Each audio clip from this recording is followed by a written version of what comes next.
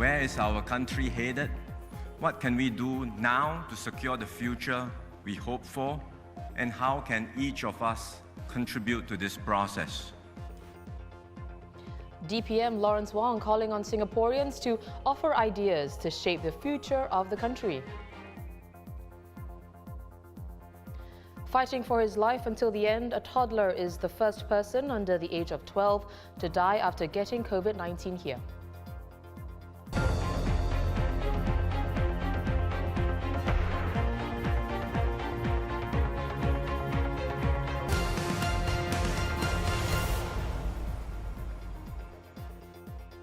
This is The Big Story with me, Olivia Quay. Remember to subscribe to the Straits Times channel so you never miss an episode.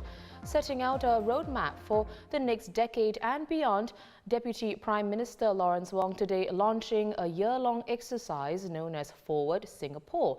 It's a collective effort led by DPM Wong and his 4G leadership team to refresh Singapore's social compact, which is the understanding between the government and the people on the roles and responsibilities each plays. Here's Mr. Wong on why it's important to do this now. The bottom line is that the world around us and our own society have changed and will continue to change. So we know in our guts that it cannot be business as usual. For the stable state of affairs we now enjoy can easily be disrupted. And if our social compact fails, a large segment of Singaporeans will come to feel estranged from society, believing that the system is not on their side. Trust in the government among various segments of society will plummet. Politics in Singapore will turn nasty and polarized. And we will become a low-trust society, like so many others in Asia and Europe. And Singapore, if this were to happen, will surely fracture. Conversely, if we strengthen our social compact, we can turn each set of challenges into opportunities. We can find the silver lining in whatever comes our way. We can be a bastion of stability and opportunity in this world, and we can leave behind a better Singapore for tomorrow. DPM Wong will oversee the Forward Singapore exercise with 4G leaders heading each of these 6 pillars. Empower, Economy and Jobs will be led by Manpower Minister Tan See Leng. Equipped, Education and Lifelong Learning by Education Minister Chan Chun Sing. Care, Health and Social Support by Health Minister Ong Ye Kung. Build, Home and Living Environment by National Development Minister Desmond Lee. Steward, Environmental and Fiscal Sustainability by Sustainability and Environment Minister Grace Fu. And Unite, Singapore Identity by Culture, Community and Youth Minister Edwin Tong.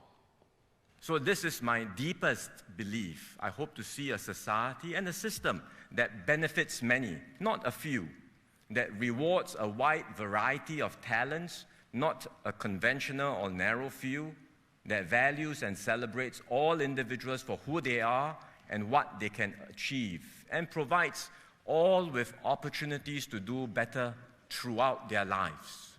This journey to take Singapore forward will not be easy. It will require us to reflect not only on our aspirations, but also our anxieties, and to see things not just from our own lens, but also from the lens of those with different backgrounds, different needs, and different priorities from us. And I hope we can all approach this with open minds and big hearts. Be willing to give and take as we negotiate difficult trade-offs, so we may arrive at where we want to be stronger and more united than when we started.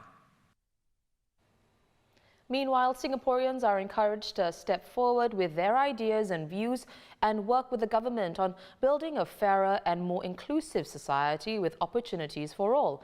Details of upcoming engagements will be available on the website forwardsingapore.sg. Here to take this further is opinion editor Grace Ho. Grace, how is this similar or different from past national conversations about Singapore's social compact?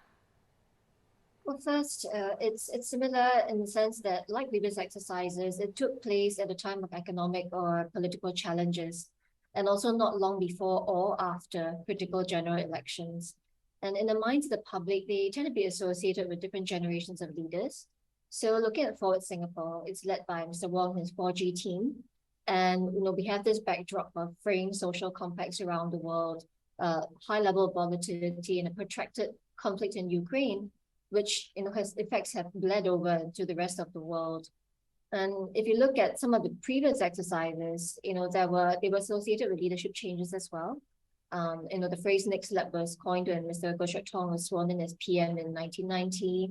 And then the more recent exercises, there was our Singapore Conversation, which came after a pretty bruising 2011 general election, and followed by Singapore Together, which took on a lot more salience during COVID-19 just 2 years ago. And second, each of these exercises has a roughly similar form, although they may have some variance in their scope and substance. So ultimately, what I mean is that they converge on fairly conventional sectors, right? So we look at housing, education, manpower, and healthcare. And every exercise invariably looks at some aspects or all of these aspects. So it's not the sectors themselves that have changed, but it's the specific issues to each sector and the public's expectations of each of them that continue to evolve. In terms of the difference, I would say that in contrast to previous exercises, the latest few exercises from our Singapore Conversation to Forward Singapore have tried to tap the collective wisdom of a larger and more varied group of Singaporeans. And the idea is to kind of devolve that action and the governance, beyond the usual top-down committees. There's also a shift in the quality of the tone of the conversation. So by this, I mean an explicit acknowledgement that all this talk of empowerment and action is useless unless people's anxieties and the structural constraints they face are addressed. So in Mr. Wong's speech, he devotes a considerable chunk of it to the struggles of students who feel pigeonholed, the anxieties of graduates and older workers, over housing, job security. And he even talked about how we know in our guts it cannot be business as usual. The exercise will be organized along 6 pillars in areas like jobs, housing and health, which you also mentioned. But do you think the 6 are comprehensive enough for the times that we're in right now? Right, yes. So the current exercise is organized along these 6 pillars. We're touching on things like economy, education, lifelong learning, health, living environment, fiscal sustainability, and national identity. But it wasn't too long ago that SG Together also looked at some of these areas.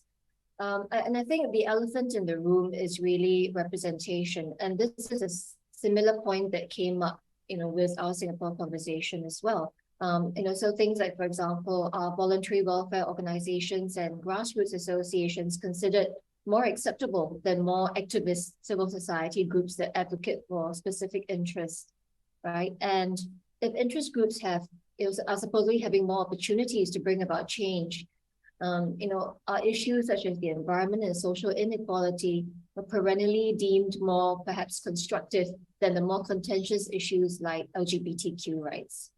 Well, the exercise will conclude in a year's time with a report to be published in mid-2023. What happens from there, Grace? Policy changes, perhaps? Yes, that's right. So with the publication of the report, there's usually policy changes, as with other reports. Usually there's a roadmap where some of these changes are implemented. And perhaps also marking some of the shifts in the way policy is conducted, based on this heavy emphasis on renewed social compacts and contracts.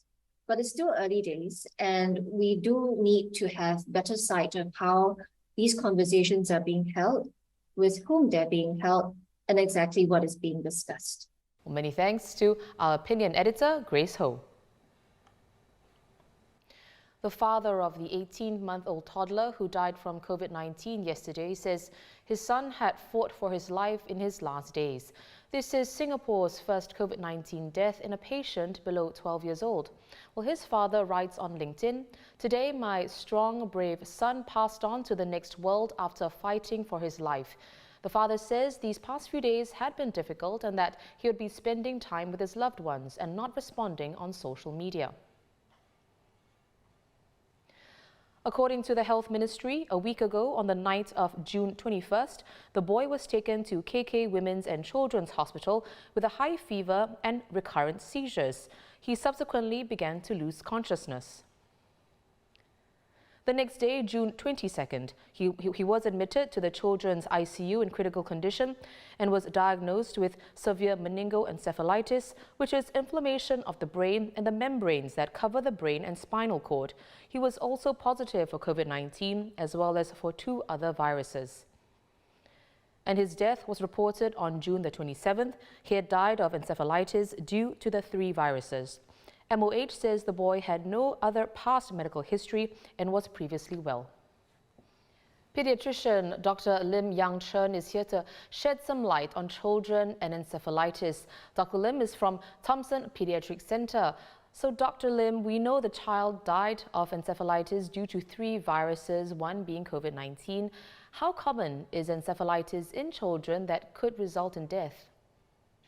Encephalitis in children generally is an uncommon to rare presentation. Many viruses are known to cause viral encephalitis.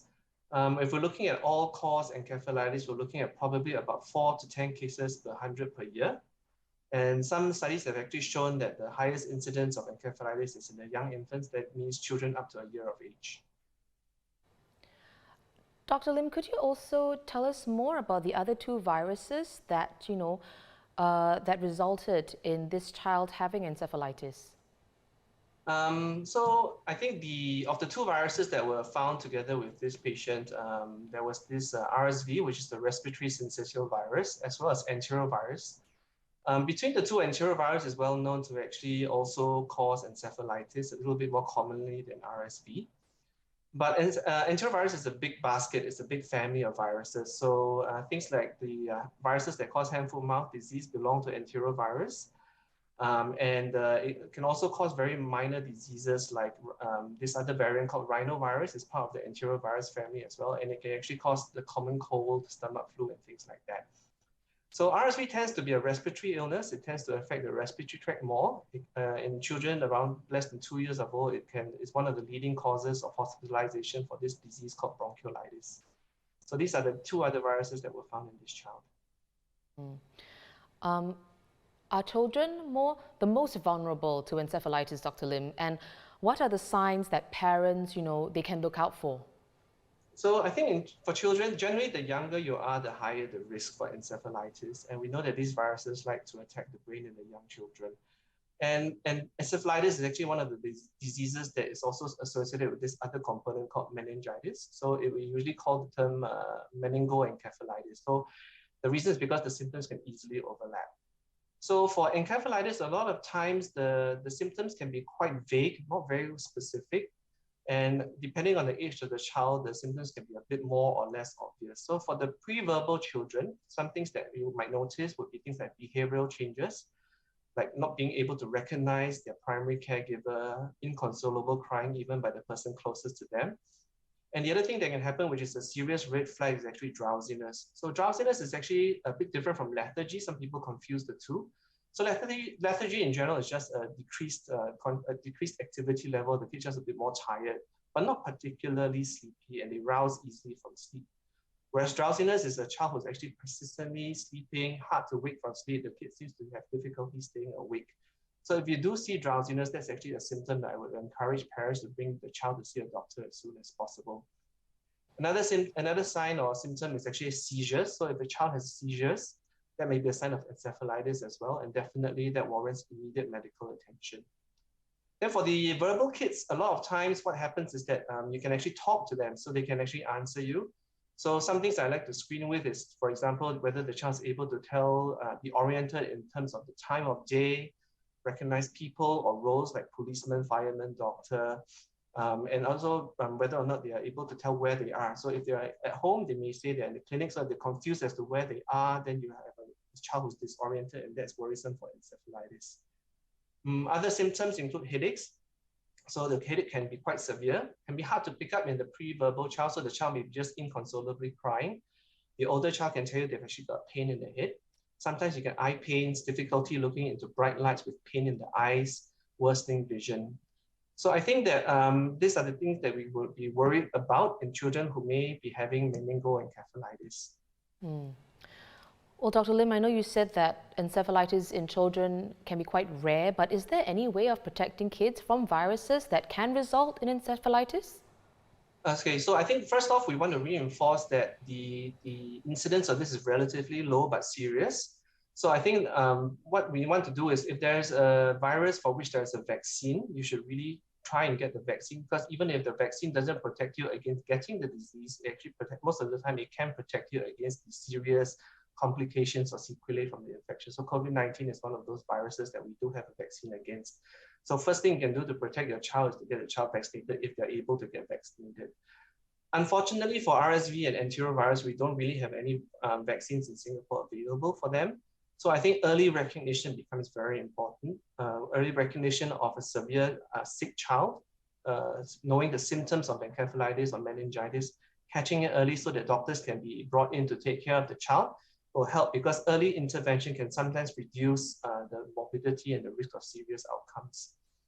I think other things that are very important are your good hygiene practices, like masking up when you can, very good hand hygiene, because enterovirus, for example, is spread often by contact spread. That means the saliva or the secretions or the poo and the pee of the child can have a lot of the virus. And so if you by chance touch it because it's on the surface, you can catch it that way. So good hand hygiene, washing hands properly before eating and drinking, no matter what your age is, will be helpful. And also just good community practices, so staying home when you're unwell, seeking medical attention early, all these things can help mitigate and lower the risk of serious issues arising from catching encephalitis.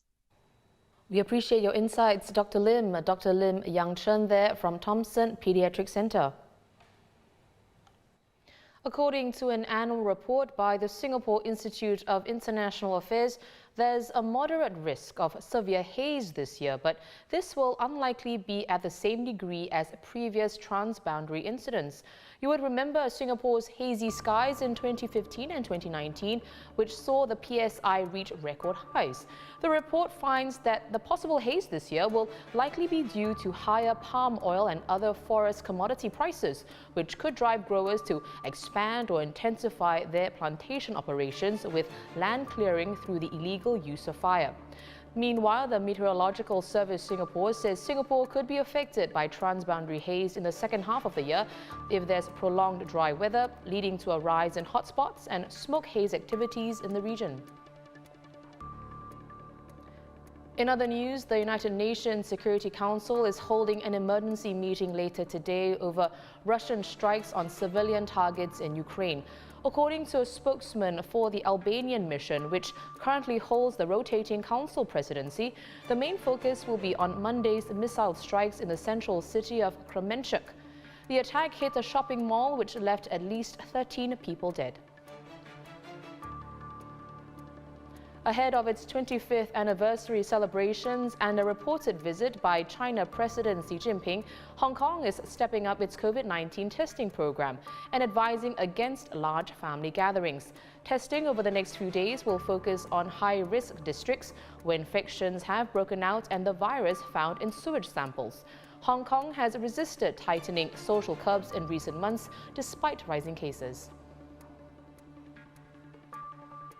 And in a major easing of COVID-19 curbs, China is cutting the quarantine period for international travelers from 21 to 10 days. New arrivals will now spend 7 days in centralized quarantine, followed by another 3 days at home. This comes as Beijing and Shanghai both recorded 0 new locally transmitted COVID-19 infections yesterday for the first time since mid-February. Those are our top stories today. Visit straitstimes.com for more news and our YouTube channel for more videos. Subscribe by hitting the red button below. I'm Olivia Quay, and I'll see you tomorrow on The Big Story.